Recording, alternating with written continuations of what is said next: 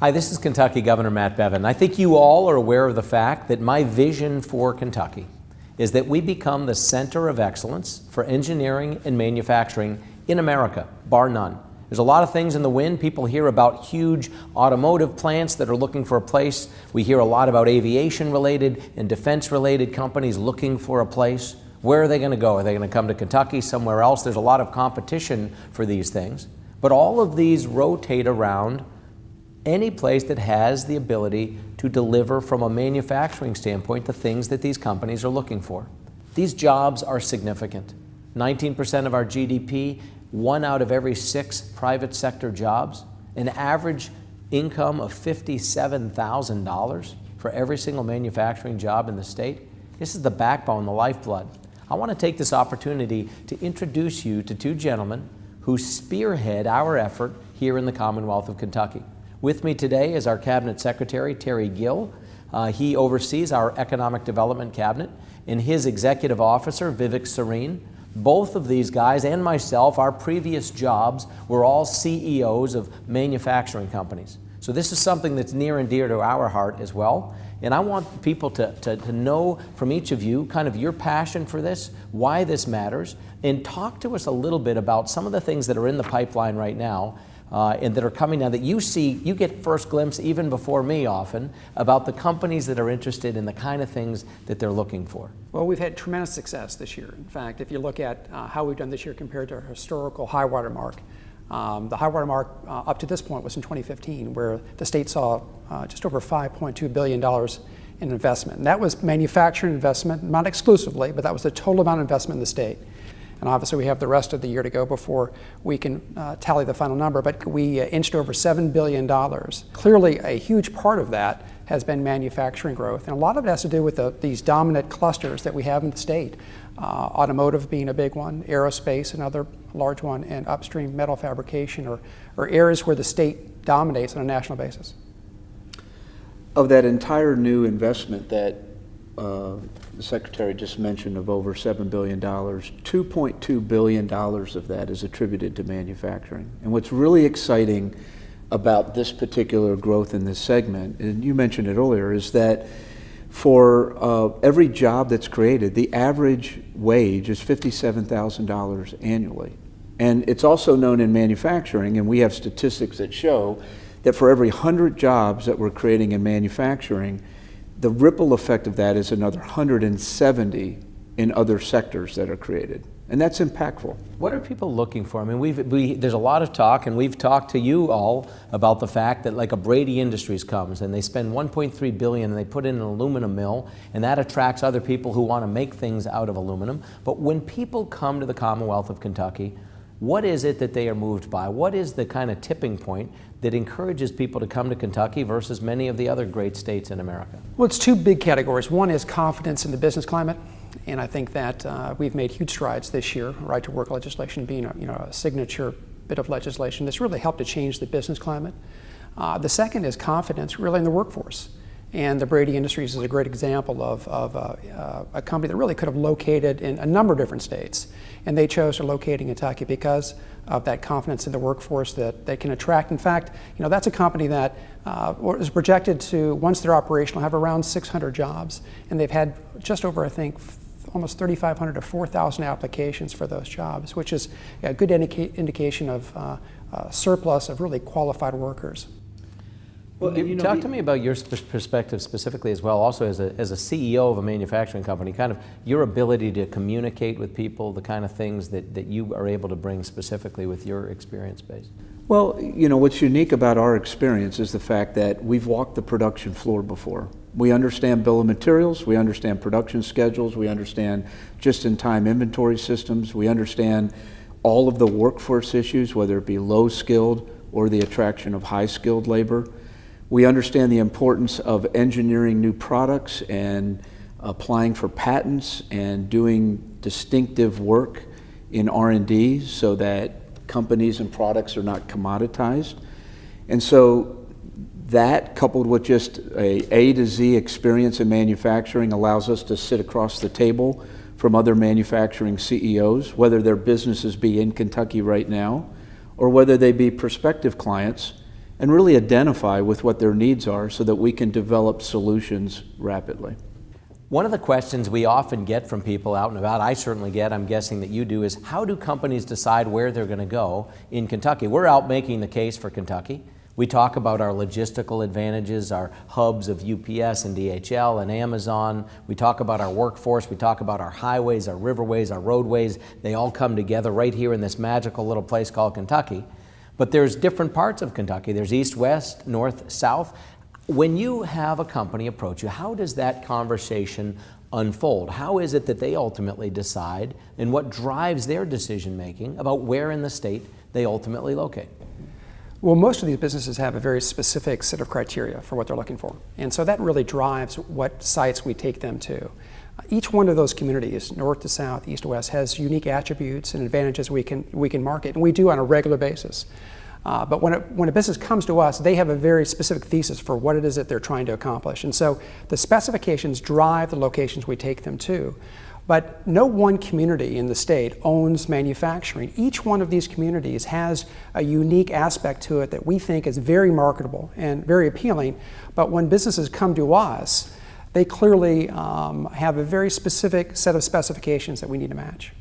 And you know, businesses are also coming to us with their homework done, they know what they want, and their pace of making decisions is very quick. Therefore, one of the things that we are doing and aim to continue to work on with local communities is helping them to be ready for these projects, because no longer are companies taking a year to decide what they want to do. It's measured in months. Yeah, no, in fact, we've seen that ourselves. We've sat down with people, and within a matter of a couple of months, they've been making billion-dollar decisions. And it's because they've done so much homework in advance. So, any other things that are worth noting as we talk about, the impact of manufacturing in the Commonwealth? Well, what's unique is when you think about manufacturing today, too, for any company to be successful, they have to be able to go to market very fast and not be interrupted in their processes whatsoever. And one of the wonderful things about Kentucky is the fact that we are in this very special place in the heartland where, in today's news, you read about the hurricanes, the flooding, the droughts, other disruptions in cities, recently, earthquakes, forest fires.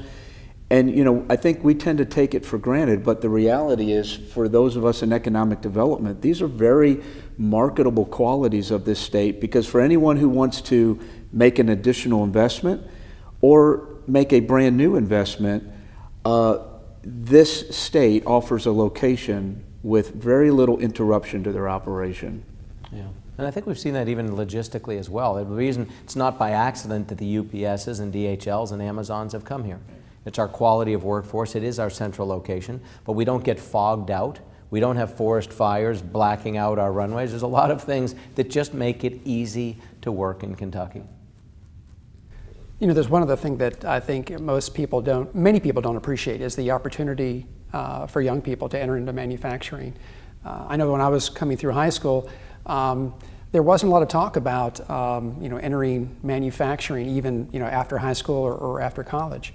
And I didn't necessarily grow up in manufacturing. I ended up buying a manufacturing company and running that for a number of years. And I know firsthand what sort of opportunity is available to young people, either coming out of high school or with an associate degree or four-year degree. And I think there is a sort of a archaic perception sometimes in the public about what is manufacturing. What are the opportunities, long-term career advancement? You'd mentioned the average salary is $57,000 for a manufacturing employee in the state, which is and rising. And rising, right? Yeah, which is a nice wage in our part of the country. And so, what I would just encourage is for young people to be more curious about those opportunities, and for educators to think about and even visit manufacturing companies in their community, so they can see firsthand the level of technology.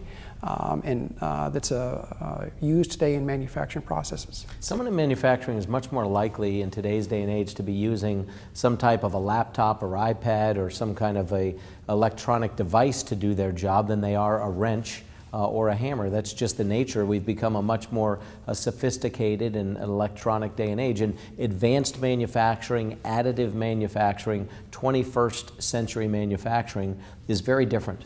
Even some of these companies we've just discussed, they're going to be creating 500, 600, 700 jobs with average wages of 70,000 plus to start. And so it's a different day and age. And you're right, it's not just young people that we want to check out manufacturing, it's their parents. Understand the difference. Go and look at a 21st century manufacturing firm. It will blow your mind. You'll think you're in some kind of a science lab in terms of the technology. And superintendents and principals and guidance counselors as well. This is not your father's manufacturing plant, to steal a line from the old Oldsmobile ad. But no, and inherently inside each one of us is just this appetite to be creative and productive.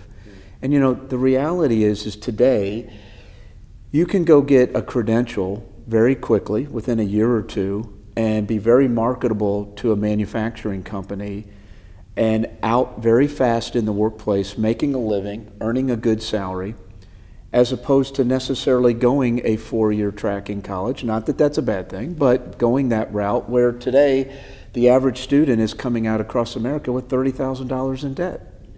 And may or may not be immediately be marketable for a job that exists.